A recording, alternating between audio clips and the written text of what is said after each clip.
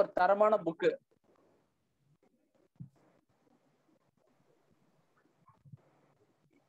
நம்முடைய என்சிஆர்டி புக்கை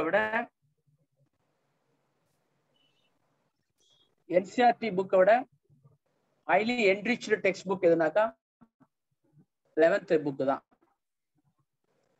ஸோ இந்த புக்ல இருக்கக்கூடிய கான்செப்ட்ஸ் எல்லாத்துக்குமே தெளிவான பட விளக்கம், இல்லுஸ்ட்ரேஷன்ஸ் நிறைய இருக்கும். 11th புக் வந்து நியர்லி 50% ஆஃப் நீட் போர்ஷன்ல weightage is given for 11th portion.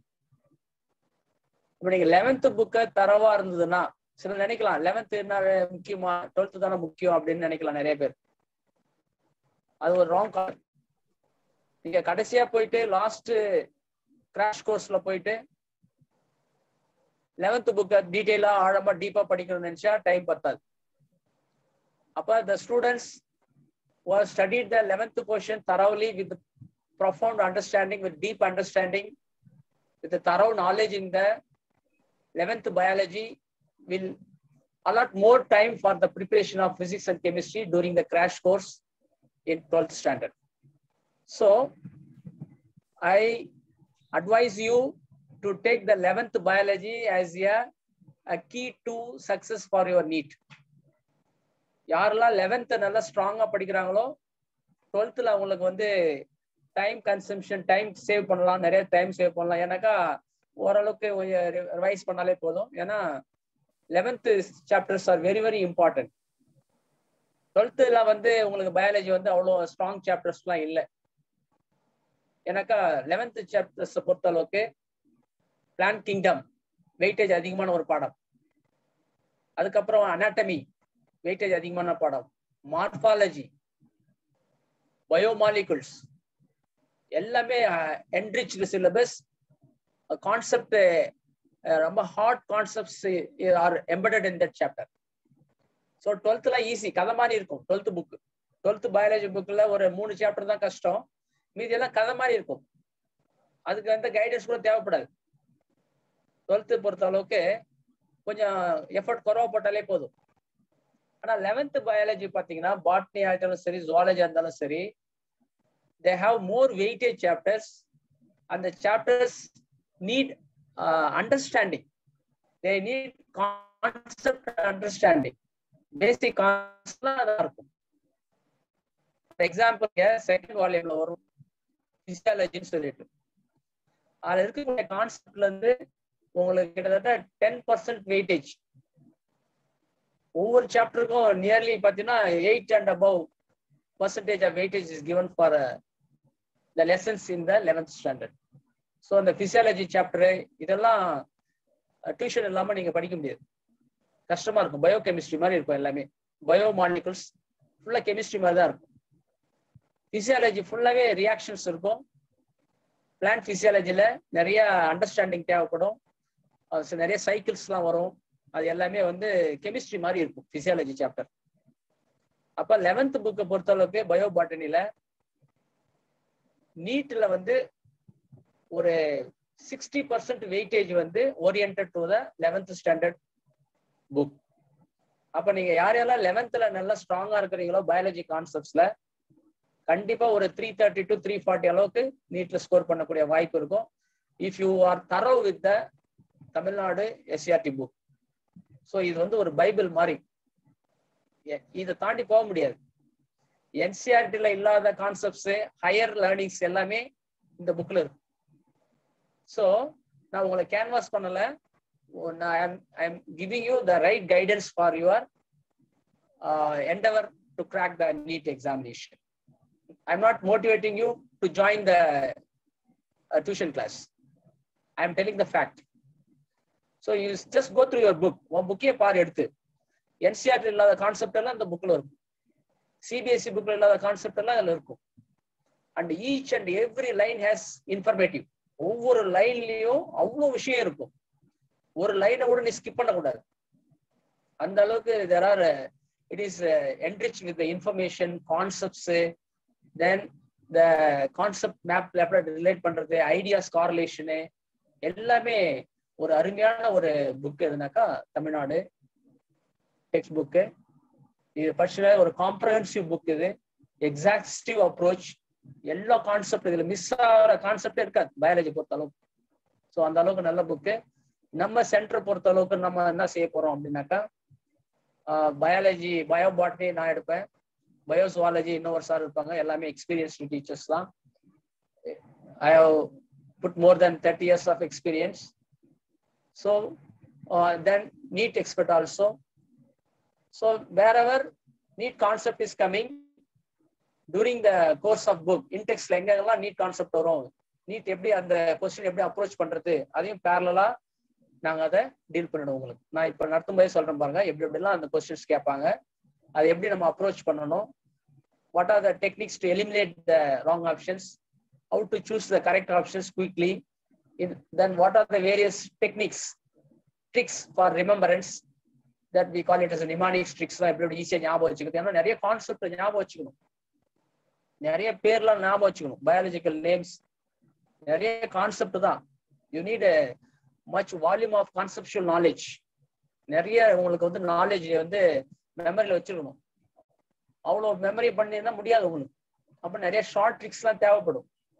அந்த ஷார்ட் ட்ரிக்ஸ் வச்சு எப்படி நம்ம ஆன்சர் பண்றது, இது எல்லாத்தையுமே நாங்க இந்த கிளாஸ்ல டீல் பண்ணிடுவோம். டெக்ஸ்ட் புக் மட்டும் நடத்த மாட்டோம். Apart from the text book, parallelly we concentrate on the NEET chapters also. What are the areas of NEET chapters that will be dealt very deep. So you will get a deep understanding of the biology concepts if you travel with us. Then similarly, I want to mention that we would conduct a frequent of test. So the practice makes perfection, you know. So the test will be systematically constructed and it will be periodically conducted by the academy. அப்போ என்ன உங்களுக்கு எழுத practice ஆக உங்களுக்கு நல்ல இந்த concepts எல்லாம் நல்லா புரிஞ்சிடும். Definitely you could score maximum marks in biology. There is no doubt in it. So this is for your not for motivation. This is the fact I want to share with the students of 11th standard. ஏன்னா இந்த வருஷமே நீங்க exam எழுதுன அனுபவம் உங்களுக்கு இல்லை. That we will compensate with the frequent of tests. So weekly test will be conducted. Then quarterly syllabus தகுந்த மாதிரி terminal test வைப்போம். Half yearly exam will be conducted as per school procedure program வைப்போம். Questions will be constructed standard to the Tamil Nadu board examination. Okay, every pattern அது பிரகாரம் exam நடக்கும். Then we get to be corrected and distributed to our parents, and your parents will be invited for the to express, to assess the progress you have made in the tuition. So I would like to invite you for biology class, 7th standard biology class, biobotany. The first unit is the diversity of living world. You see the diversity of living world. So I have given you a concept diagram. You can see the variety of plants, animals in this picture. And along the picture, you could also see a DNA molecule. So DNA is the master molecule, the wonderful molecule, which are the basic criteria in the character or the activities of the life activities of the each and every species.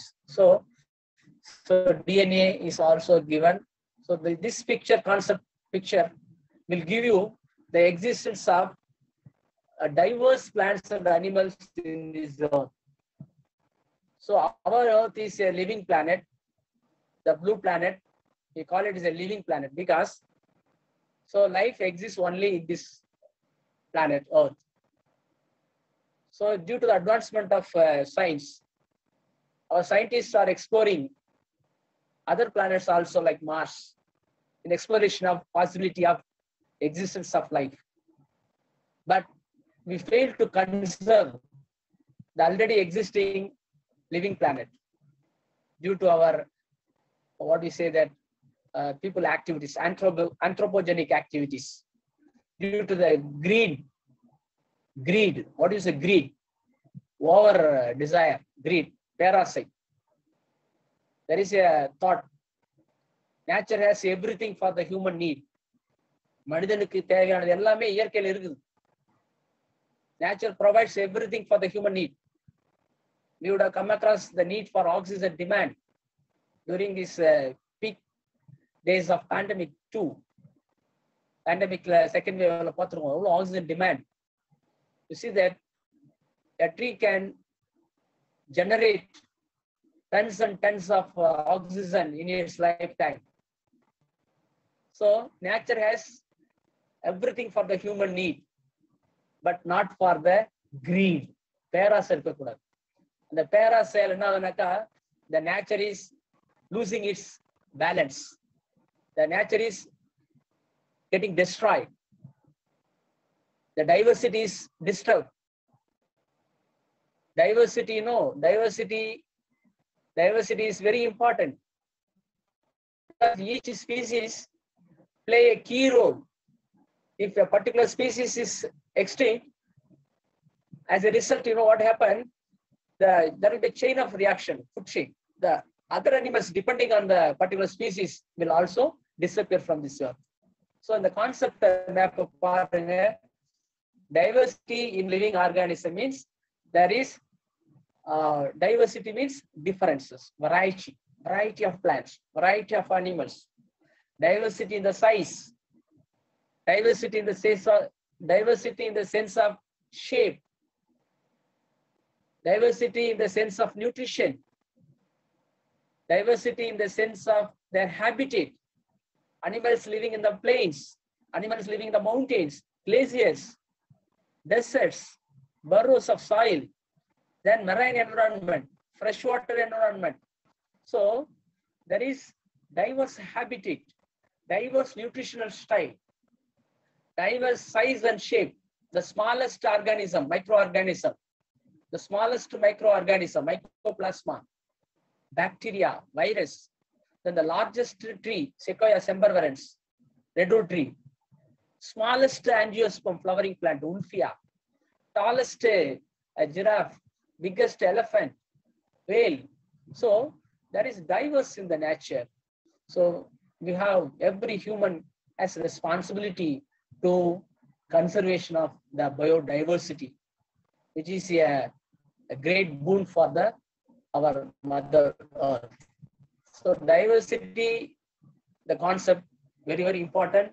So an important word, don't forget this, diversity. So diversity is very, very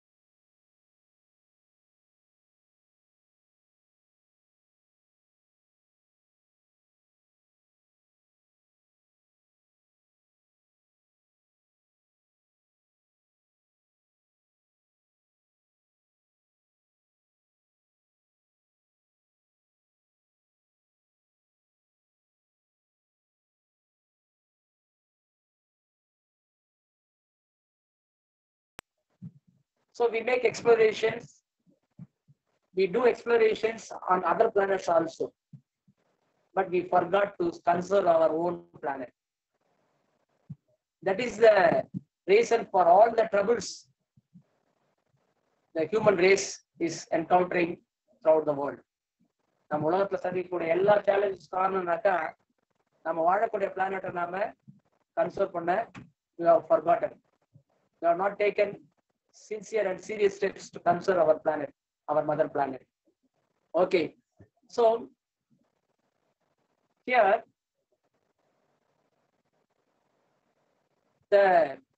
is the only living planet. In the planet, you could know that hydrosphere, atmosphere, lithosphere, you could have studied. The sphere means spherical. The space around. The Earth is spherical in shape, you know. That sphere is surrounded with rock, lithosphere. Surrounded with water, hydrosphere. Surrounded with gaseous envelope, that we call it as atmosphere. Then the space where the life exists, the space where living organisms survive, is called biosphere. So biosphere. So beyond biosphere, the possibility of life, the existence of life is not at all possible. Okay. So diversity, I have addressed the diversity. So you see that there is a survey made by Moran et al. When I say et al means nothing but and associates, Mora and associates, Mora and other scientists. So in the year 2011, they have made a survey. And estimated the mother planet Earth supports life. Nearly 8.7 million species are living in this world. This is an approximate survey. It has been estimated that nearly 8.7 million species are living in this biosphere. Okay, this is very easy concept to underline this. So this is 8.7 million is the diversity. See that this includes both animals and plants. 8.7 million, 1 million is 10 lakhs. You multiply with 10 lakhs. So these are all some explored plants, identified plants and animals. Still there are large number of plants and animals yet to be identified. So we have not completely explored all the plants and animals. There are so many plants which are not yet discovered, which have not been explored. There are large number of animals not yet identified, listed, classified. So they are not come to this data. So as per the data of 2011 by Moran et al., there has been estimated 8.7 million. This is a one-word question. Just make it down. This is a one-word question. And Earth is called the biosphere. Biosphere means nothing but the space where living organisms are surviving. Now, when you come to the living world, know that life, living world, the living world includes microbes. So microbes are organisms which can't be seen through naked eyes. They are minute organisms, bacteria, virus, mycoplasma, then other paramecium unicellular organism, microbes. They need to be magnified to visualize them. Then plants, then animals. The animals, human beings. We are also belong to the group animals. Okay, here the living world includes microbes, plants, animals, and human beings. And if you take the microbes, there are diverse strains. To take the strains of virus, COVID virus, Delta, Alpha, Beta, Gamma, Delta plus, Delta virus, Delta plus. So the virus is getting variation. The virus is getting variables, and they are undergoing so many changes. So it includes so many diverse group in microbes, so many diversity in plants, animal diversity. In human beings, there are different human races. So there is a diverse in every group of these living organisms. So the first slide explains what is a biosphere, then the origin of the Earth, formation of Earth. It is a life-supporting planet. Then biosphere, Moran et al. Estimated 8.7 million species are living in this Earth as per 2011. இப்போ the data மாறி இருக்கும். 10 years, after 10 years, we could have discovered more and many more millions of plants and animals. Yet there are millions of animals waiting for their exploration, waiting for their listing, waiting for their identification. So the first slide is diversity. So we have to address the diversity. We should conserve the diversity of the nature for the survival of human beings. Once you destroy the diversity, it will strike the balance on the very existence of the human beings. மனுஷன் உயிர் வாழ்க்கைக்கு சவாலாயிடும் diversity disturb ஆச்சு. So diversity has to be conserved. Save பண்ணும். Diversity வந்து நம்ம என்ன பண்ணணும்? We should conserve the biodiversity. Next one is, so if you go to a library, there are thousands of books. And all these books are arranged according to certain criteria based on the similarities. Suppose Tamil books arranged in a particular rack. English, separate books. In Tamil, there is separate sections for drama, separate sections for poems, separate sections for novel, separate sections for essays. Similarly, there are, we categorize them. We classify them according to some criteria. According to some criteria, we categorize the books. Even if your mother goes to market and coming back with vegetables, she used to sort out on a particular criteria. The vegetables which could be easily spoiled or shelved in the refrigerators. Vegetables like potatoes are kept outside. They need not to be refrigerated, so it is kept aside. So the tomatoes very easily spoil. It will get spoiled quickly. So it needs to be refrigerated. They need much cold temperature. So according to some criteria, your mother used to sort out the things, sort out the vegetables, sort out the groceries in the kitchen. Then only we can easily locate. Then only we can easily identify. We can take the particular item without wasting our time. So you see that there are 8.7 millions of plants and animals. If all the animals are not categorized, if all the animals or plants are not classified properly, then it will lead confusion.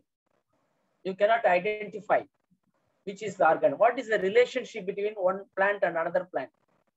From which plant a particular plant has evolved? எதுல இருந்து எந்த plant வந்து? இப்போ மனுஷன் பார்த்தீங்கன்னா குரங்குல இருந்து வந்தோம்னு சொல்றோம். There is a relationship between primates and human beings. Primates na monkey, ape, chimpanzee, இந்த குரூப் எல்லாம் primates சொல்லுவாங்க. மனிதனுடைய முன் தோன்றல்கள். அப்ப நமக்கும் அவங்களுக்கும் ஒரு ஜெனட்டிக் ரிலேஷன்ஷிப் இருக்கு. அந்த ரிலேஷன்ஷிப் நம்ம என்ன சொல்லுவோம்னாக்கா phylogenetic relationship. So there are some similarities. Mammals ஒரு குரூப்ல வைக்கிறோம், birds ஒரு குரூப்ல வைக்கிறோம், ஒரு class, reptiles, then fishes. So according to some criteria, the animals are classified. Similarly, according to some criteria or norms, the plants are also classified. Okay. Now you see the slide. So in the beginning, there was no much taxonomical knowledge. Classification knowledge, there was no development of availability of microscope, electron microscope, and other instruments, scientific advancements. In the earlier times,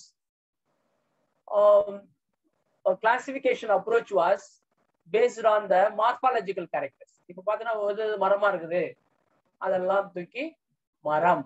Morphological characters are external characters. Morphological characters are visible characters. The external characters can be easily seen. So here, you come to the first slide here, Theophrastus. So Theophrastus is called the father of botany. Father of zoology are. Father of modern botany are. So Theophrastus is the father of botany. Classified the plants into trees, shrubs, and herbs. ஒரு சின்ன கேள்வி உங்களுக்கு. Right from the primary class, we are studying shrub, herb, and tree. What is a shrub? What is a shrub? What is the difference between a shrub and a tree? If you see the picture of shrub, there are several stems, several main stems arise from the ground level. There are several main stem arise from the ground. They are called several. You keep a memory. Several stems is called shrub. When several main stem arise from the ground level, it is called shrubs. When there is a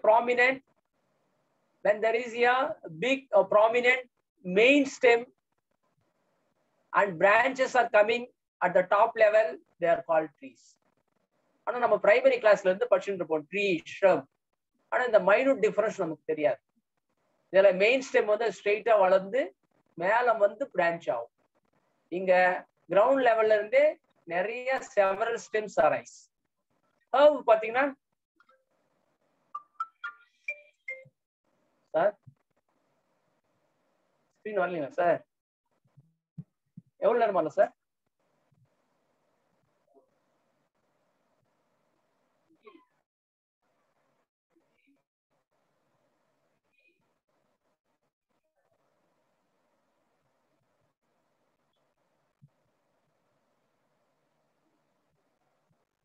So here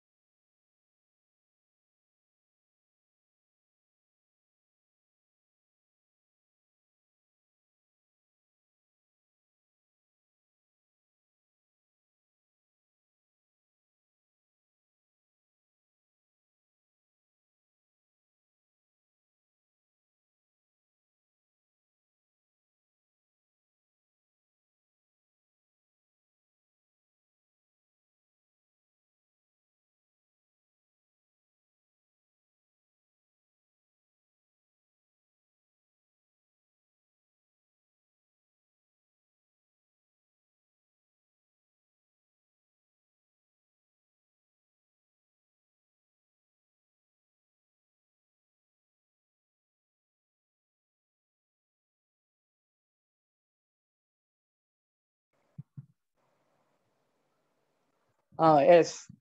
Is it visible now? Okay. So this is the earlier system of classification. So earlier system of classification is called classical taxonomy. So what is classical taxonomy means? The earlier system of classification. So what is taxonomy? So you take it.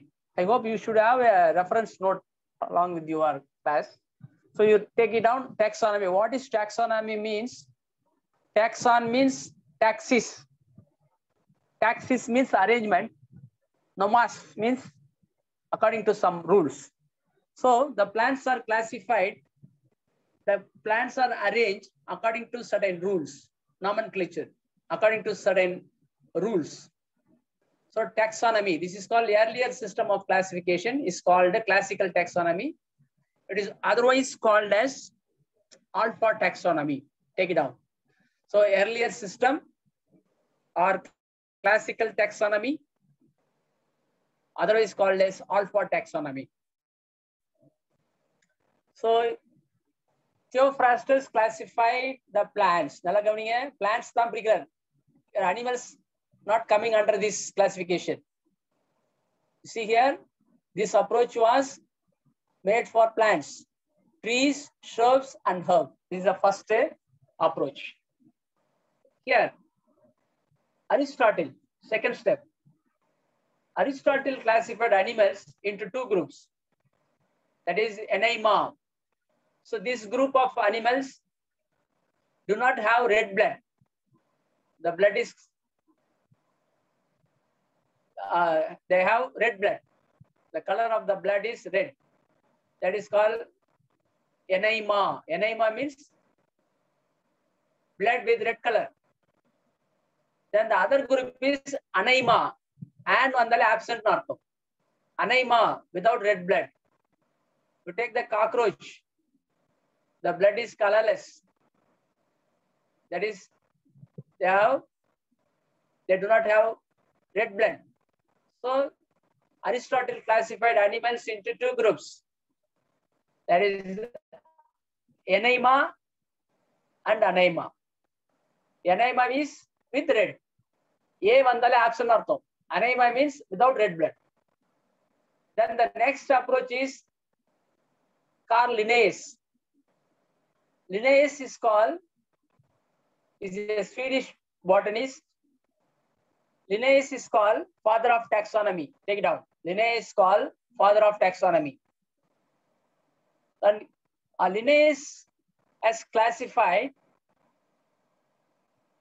taking both plants and animals together. Linnaeus classified the living organism into plants and animals. You see here, Linnaeus classified as plants and animals. So there are three systems of earlier classification. One is Theophrastus. The second one is Aristotle. The third one is Carl Linnaeus. Theophrastus classified plants into trees, shrubs, and herbs. Aristotle classified animals into Anaima and Anaima, two groups. Then Carl Linnaeus classified the living things. In living things, both plants and animals coming together. So here, Carl Linnaeus classified the living world into two groups. That is plants and animals based on morphological characters. This is very important. So only morphological characters has been taken as criteria. Morphological characters are visible characters. Whether it is a tree, leaf structure, flower structure. So what are the visible characters? External appearance, basically living world was divided. Now, this approach is not scientific. When you take only morphological characters as criteria of classification, the similar plants, related plants will not come under a particular group. So there will be related plants will be put apart. They are tantania poidum. So if you take morphological characters alone, you cannot bring the related plants into a particular group. So this approach is not scientific. So what are the drawbacks in the Linnaeus classification? Linnaeus classification setbacks என்னன்னு பாருங்க. ரெண்டு குரூப்பா பிரிக்கிறார். Living world is divided into plants and animals. அதுல prokaryote plant இருக்கக்கூடிய prokaryotes. What are the prokaryotes? There are two types of cells. Prokaryotic cell and eukaryotic cell. What do you mean by prokaryotic cell? Prokaryotic cell means the cells which do not have prominent nucleus. There is no well-defined nucleus. There is no membrane-bound cell organelles in the prokaryotes. So cells, there are two types. To take the cells la வந்து நம்ம ரெண்டு type இருக்குது. ஒன்னு வந்து prokaryotic, This is prokaryotic, and another one is eukaryotic. Prokaryotic cell, there is no well-defined nucleus. There is no well-defined nucleus. No membrane-bound cell organelle like mitochondria, chloroplast, endoplasmic reticulum, vacuole. There are no membrane-bound cell organelles. Cell organelles are membrane-bound. But U means true. Karyon means nucleus. There is a true nucleus in the eukaryotic cell. And they have membrane-bound cell organelles. Well-defined nucleus. Well-defined nucleus. Well-defined nucleus. So there is well-defined nucleus. They are called eukaryotes. Okay.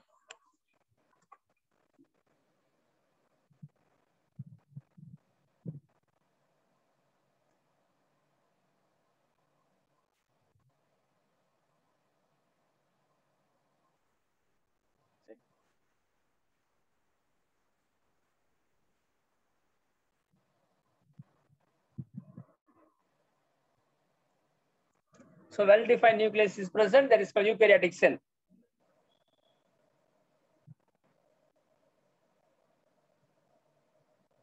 Hello, sir. Hello.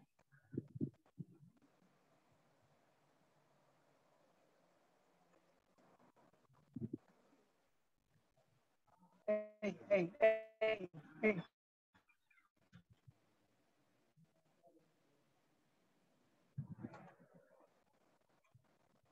Share out. Unji bache meeting hai. ரொம்ப பண்ணீங்க. நான் ஒன்றும் பண்ணல.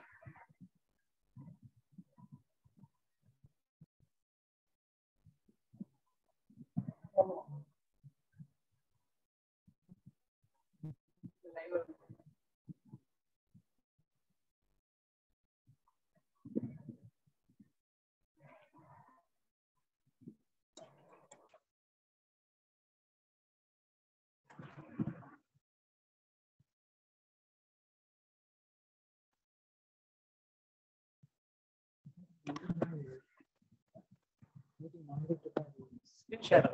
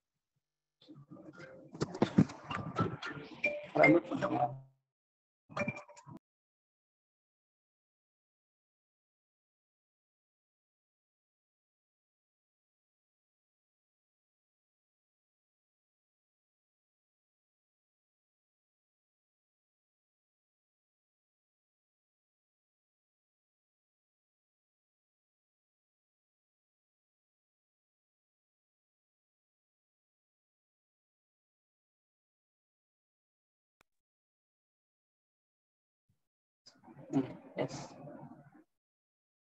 So here, prokaryotic, eukaryotic were grouped together in the lineage. It is a setback. Similarly,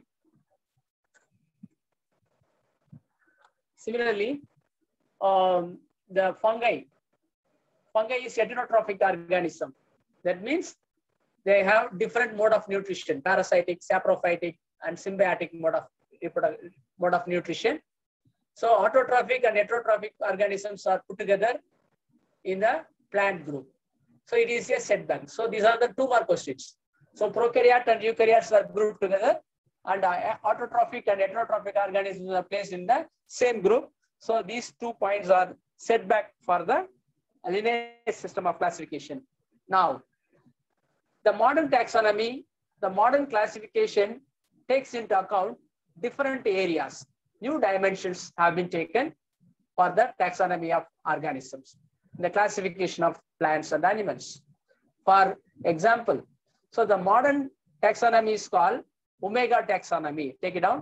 The modern taxonomy is called Omega taxonomy. And this modern approach includes different areas like cytology, anatomy, and embryology, molecular biology, phylogeny. Phylogeny means that is the relationship between the phylogenetic relationship. What are the ancestral relationship? For example, what is the relationship between primates and human beings?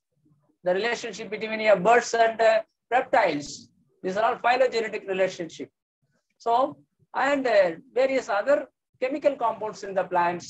Then the protein spectrum. What are the various kinds of protein? Then the DNA. All these approaches have been taken into account in the modern approaches. So classical taxonomy takes only morphological character, whereas the modern taxonomy or modern classification takes many areas like cytology, anatomy, embryology, biochemistry, molecular biology. So everything is a comprehensive approach. So on the basis, we divide the taxonomy into so many types: chemotaxonomy, then numerical taxonomy, then molecular level DNA based type molecular basis, molecular level. That we call it as Omega taxonomy together. So modern taxonomy is called Omega taxonomy. It takes into account many dimensions like cytology, anatomy, embryology, molecular biology, then also the statistical approaches, numerical approaches, then the chemical compounds, chemotaxonomy, then DNA molecule, that is what we call it as DNA tax. This is modern trends, new dimensions use pandrom. Next, what is the need of classification? Why should we classify the animals? Why should we classify the plants? So without classification, we cannot find the relationship between different groups. We cannot correlate. We cannot find the similarities or relationship between the organisms. Then we can understand the evolutionary relationship between the organism. எந்த organism evolve ஆச்சு, பரிணாம வளர்ச்சின்னு சொல்லுவாங்க. இப்போ மனிதன் பார்த்தோன்னா குரங்குல இருந்து பரிணாம வளர்ச்சி அடைந்து வந்தோம் மனிதன். அப்போ if you take the reptiles are evolved from birds. The birds are evolved from reptiles. So we can call it reptiles and aves. பார்த்தோன்னா reptiles இருந்து தான் birds வருது. So we can call birds are glorified reptiles. Birds are glorified reptiles because birds evolved from the reptiles. Reptiles evolved from the amphibians. Amphibians evolved from the fishes. So we can establish the relationship. That is what we call the evolutionary relationship can be understand. Then it also helps the various features, saline features of a particular group of organisms. If you take birds, they have wings, they have pneumatic bones. Okay, they have feathers. They have the forearms are modified into feathers. Then scales on the legs, the scales on the beaks. These are all some saline features. So classification helps to find the relationship and to make similar group of organism into a particular category. Differences, if any exists between the organism, they are put apart into separate group. So sorted easier. So first one is, so to relate the things, to define the organism, to find the relationship between the different groups, and we can trace the evolutionary relationship from which animal, from which ancestor particular plant has arise, from which plant give rise to what kind of branch of plants, from which ancestor what kind of animals have evolved. So you see the evolution. Evolution is nothing but how new organisms came to exist by gradual changes. By gradual changes in the genetical characters, by gradual changes in the morphological structure, gradual changes in the DNA molecules, that gives way for new organism to emerge. That we call it evolutionary relationship.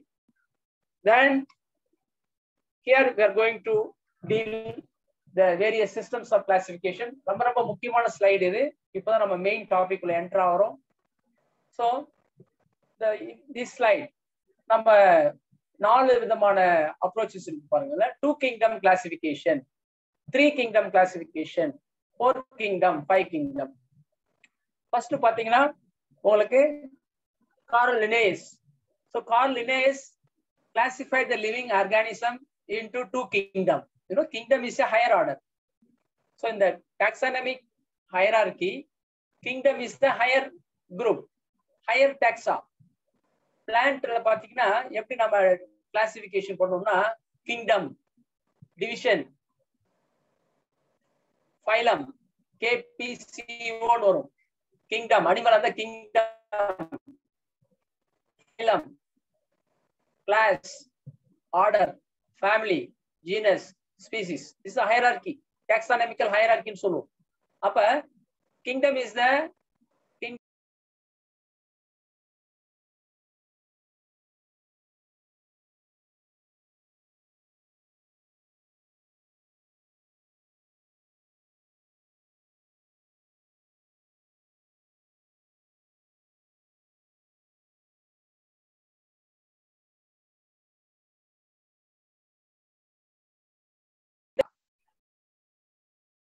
three kingdom proposed by Ernest Haeckel.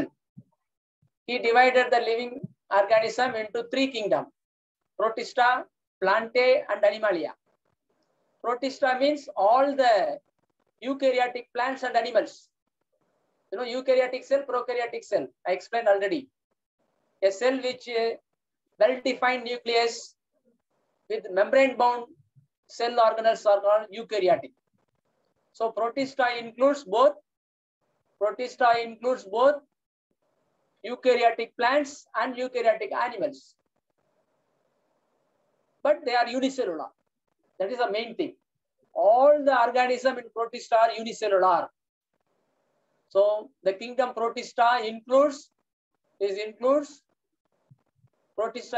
unicellular plants, unicellular animals, but they are eukaryotic. Next, Plantae and Animalia. You see the difference. Protista means all unicellular. Protista means all unicellular plants and animals with eukaryotic cell. Eukaryotic, unicellular plants and animals are included in the Protista. Protista மறக்க கூடாது. ஒரு செல் உயிரினங்கள். இந்த ஒரு செல் உயிரினங்கள்ல ஒரு செல் தாவரங்களும் இருக்கும், ஒரு செல் விலங்குகளும் இருக்கும். ஒரு செல் தாவரங்கள் சொன்னா Chlamydomonas, Chlorella ஒரு செல் தாவரம், Chlamydomonas ஒரு செல் தாவரம். அதே போல விலங்குகள் பார்த்தீங்கன்னா அமீபா, பாரமீசியம், யூக்ளினா, இதெல்லாம் ஒரு செல் விலங்குகள். ஆனா உண்மையான உட்கரு இருக்கும். They are eukaryotic. அந்த மாதிரி unicellular, eukaryotic plants and animals, unicellular, eukaryotic plants and animals are included in this kingdom Protista, Plantae, Animalia. Then Copeland. So his approach was 4 kingdom classification. இவர் என்ன டிஃபரன்ஸ் பண்றாரு பாருங்களேன். இந்த புரோட்டிஸ்டாவில இருந்து ப்ரோகேரியாட்டிக்ல தனியா பிரிச்சுட்டார். புரோட்டிஸ்டாவில இருக்கிறது எல்லாமே பார்த்தீங்கன்னா உங்களுக்கு எர்னஸ்ட் ஹெகல் எல்லா யூனிசெல்லுலர் ஒரே இடத்துல போட்டார், புரோட்டிஸ்டான்னு போட்டார். ஆனால் கோப்லண்ட் என்ன பண்ணாருனாக்கா இந்த புரோட்டிஸ்டாவில இருந்து பாக்டீரியாவில தனியா பிரிச்சுட்டாரு. அந்த குரூப்புக்கு மொனிரான் பேர் கொடுக்குறாரு. மற்றதெல்லாம் same. Second kingdom is Protista, third is Plantae, and 4th one is Animalia. This is the 4 kingdom classification. Now come to the 5 kingdom classification. இது வந்து நீங்க லோயர் கிளாஸ்ல படிச்சிருப்பீங்க. R.H. Whittaker in the year 1969 classified the living world into 5 kingdoms. The first one is Monera, second one is Protista, third one is fungi, fourth one is Plantae, and fifth one is Animalia. There is no difference. You can find only one difference from 4 kingdoms and 5 kingdoms. There is a separate inclusion of fungi. Fungi inrathu ஏன் வந்து fungi தனி kingdom கொடுத்தாரு அப்படின்னா, you know that the cell wall of plant is made up of cellulose. So plant இருக்கிற எல்லா செல்லும் cellulose என்ற cell wall material ஆனது. ஆனா ஃபங்கையும் பிளான்ட்ல தான் இருந்தது. இவர் என்ன பண்ணாரு, கோப்லாண்ட், ஃபங்கை, பிளான்ட்ஸ் எல்லாத்தையும் பிளான்ட்டே வச்சிருந்தார். ஆனா ஃபங்கைக்கும் பிளான்ட்டுக்கும் ஒரு மேஜர் டிஃபரன்ஸ் இருக்கு. என்ன மேஜர் டிஃபரன்ஸ்னா, இதுலயும் செல்வால் இருக்குது, ஃபங்கையிலும் செல்வால் இருக்குது. ஆனா the composition of cell wall is different. Plant cell wall is made up of cellulose, but fungal cell wall is made up of chitin. So on that particular parameter, fungi has been separated from the Plantae group and it was given a separate kingdom status. So புரியுதுங்களா? Plantae means Plantaeல Copeland என்ன செஞ்சாரு, எல்லா பிளான்ட்ஸையும் including fungi Plantae என்ற கிங்டத்துல வச்சிருந்தார். This is not correct. This is not correct because the cell wall of fungi is different from the cell wall of plant cell. So it need to be separated from the plant and given a separate kingdom called fungi by R.H. Whitaker. Are you understand this? ரொம்ப முக்கியமானது பாருங்க, ரொம்ப முக்கியமானது. கோப்லாண்டுக்கும் விட்டாக்கருக்கும் என்ன டிஃபரன்ஸ்னா, ஃபங்கையும் plants எல்லாத்தையும் ஒரே குரூப்ல வச்சிருந்தாரு, ஒரே கிங்டம். விட்டாக்கர் என்ன பண்ணாரு, இதை ரெண்டா பிரிக்கிறார். அதே போல 3 kingdom 4 kingdom பாத்தீங்கன்னா, 3 kingdomல எல்லா யூனிசெல்லுலர் ஆர்கானிசமும் புரோட்டிஸ்டால் வச்சிருந்தாங்க. அதுல இருந்து யூகேரியாட்டிக்லாம் தனியா பிரிக்கிறாரு, ப்ரோகேரியாட்டிக் தனியா பிரிச்சிடுறாரு. மொனிரான் பாக்டீரியாவெல்லாம் மொனிராவா மாத்திடுறாங்க, புரோட்டிஸ்டாலாம் வந்து யூகேரியாட்டிக். இதுதான் இந்த 5 kingdom approaches. So நல்லா கவனிங்க. We shall have a nutshell on this slide. Carolus Linnaeus Plantae Animalia பிரிச்சிறாரு 2 kingdom. 3 kingdomத்துல இந்த பிளான்டேல இருந்த யூனிசெல்லுலார் எல்லாம் தனியா பிரிச்சு புரோட்டிஸ்டா மாத்திட்டாரு இவரு. Then 4 kingdomத்துல கோப்லாண்ட் பண்ற புரோட்டிஸ்டால இருக்கக்கூடிய ப்ரோகேரியாட்டிக்லாம் தனி கிங்டமா மாத்திறாரு. See here, from புரோட்டிஸ்டால இருந்து ப்ரோகேரியாட் எல்லாம் தனியா பிரிச்சு மொனிரான் பேர் கொடுத்தாச்சு.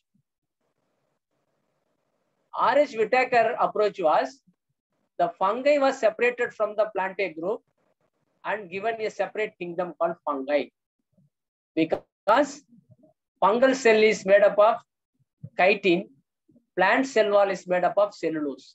So based on the criteria, a new kingdom was erected as fungi. So இத வந்து எல்லாம் ஞாபகம் வச்சுக்கோங்க. 2 kingdom யாரு, 3 kingdom யாரு, 4 kingdom யாரு, 5 kingdom யாரு. 5 kingdom தான் நம்ம டீடைலா பார்க்க போறோம். So what are the